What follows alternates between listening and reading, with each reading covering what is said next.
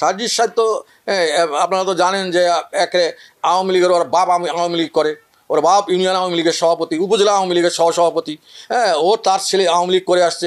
সাদ্দামের পায়ের জুতা তারা আগায় দিছে এই সার্জিসরা।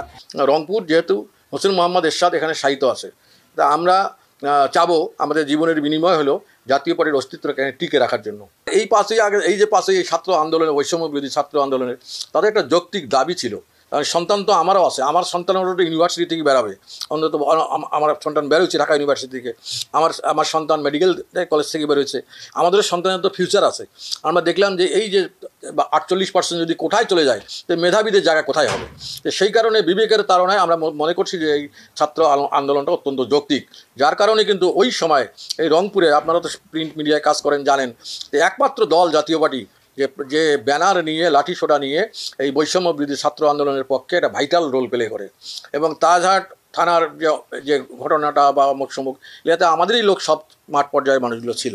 তো এখন এই কাজ করার পরেও তারা বলতেছে জাতীয় পার্টি আওয়ামী লীগের ফ্যাসিস্টের দোসর, এবং এই জন্য বলতেছে, হ্যাঁ, এখন বলতেছে যে এই দোসরকে যদি আমরা স্টপ করতে না পারি, তাহলে যদি একটা ফেয়ার ইলেকশন হয়, তো আওয়ামী লীগের লোকজন যদি আবার এইকে ভোট দেয়, এই একটা তারা শঙ্কা প্রকাশের মাধ্যমে কিন্তু আজকে জাতীয় পার্টির কর্মকাণ্ডগুলো স্থবির করা, জাতীয় পার্টির উপর হামলা, জাতীয় পার্টির অফিসে আগুন দেওয়া, এই সব ধরনের চিন্তা ভাবনা কিন্তু একটা অশুভ চিন্তা থেকে এটা করানো হচ্ছে।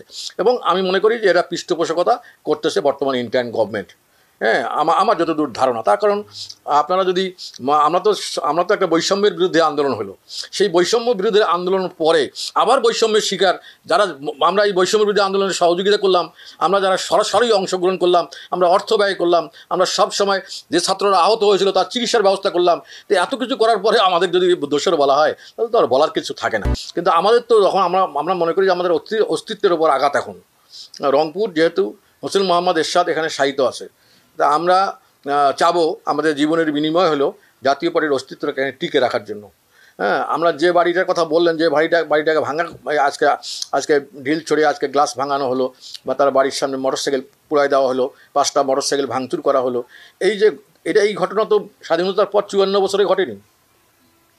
কোনো 90-এর এরশাদ পতনের আন্দোলন গেছে, কিন্তু কেউ ওই এরশাদের বাড়িটা, এটা একটা ঐতিহ্যমণ্ডিত বাড়ি, হ্যাঁ, এবং রংপুরের একটাই মানুষ সে এই প্রেসিডেন্ট হিসাবে দীর্ঘদিন সবাই সুনামের সাথে দায়িত্ব পালন করছে, 8 বছর সেনাবাহিনীর প্রধান ছিল, একটাই মানুষ, তার বাড়িটা আমাদের কাছে একটা মিউজিয়ামের মতো।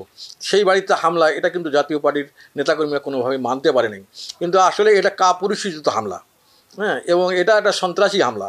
এখন সেখানে যদি আমরা আইনের কাছে ন্যায় বিচার না পাই, তাহলে তো এই ধরনের ইনসিডেন্ট ঘটতেই থাকবে।